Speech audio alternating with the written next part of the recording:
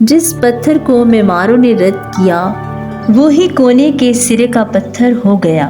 خدا باپ کے زندہ کلام میں سے زبور کی کتاب۔ فتح کے لیے شکر گزاری کی دعا۔ زبور 118۔ خداوند کا شکر کرو کیونکہ وہ بھلا ہے اور اس کی شفقت ابدی ہے۔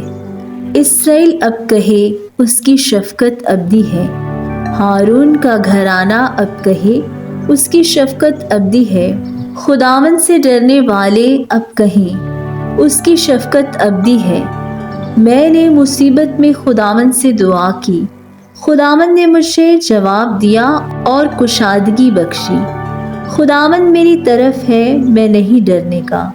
انسان میرا کیا کر سکتا ہے؟ خداوند میری طرف میرے مددگاروں میں ہے، اس لیے میں اپنے عداوت رکھنے والوں کو دیکھ لوں گا۔ خداوند پر توکل کرنا انسان پر بھروسہ رکھنے سے بہتر ہے۔ خداوند پر توکل کرنا عمرہ پر بھروسہ رکھنے سے بہتر ہے۔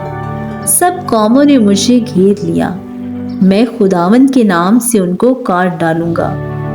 انہوں نے مجھے گھیر لیا، بے شک گھیر لیا، میں خداوند کے نام سے ان کو کاٹ ڈالوں گا۔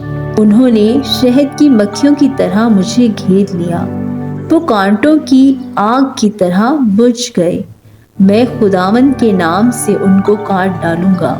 تو نے مجھے زور سے دھکیل دیا کہ گر پڑوں، لیکن خداوند نے میری مدد کی۔ خداوند میری قوت اور میرا گیت ہے، وہی میری نجات ہوا۔ صادقوں کے خیموں میں شادمانی اور نجات کی راگنی ہے۔ خداوند کا داہنا ہاتھ دلاوری کرتا ہے، خداوند کا داہنا ہاتھ بلند ہوا ہے۔ خداوند کا داہنا ہاتھ دلاوری کرتا ہے، میں مروں گا نہیں بلکہ جیتا رہوں گا اور خداوند کے کاموں کا بیان کروں گا۔ خداوند نے مجھے سخت تنبیہ تو کی، لیکن موت کے حوالے نہیں کیا۔ صداقت کے پھاٹکوں کو میرے لیے کھول دو، میں ان سے داخل ہو کر خداوند کا شکر کروں گا۔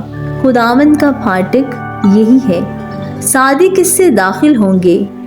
میں تیرا شکر کروں گا کیونکہ تو نے مجھے جواب دیا اور خود میری نجات بنا ہے۔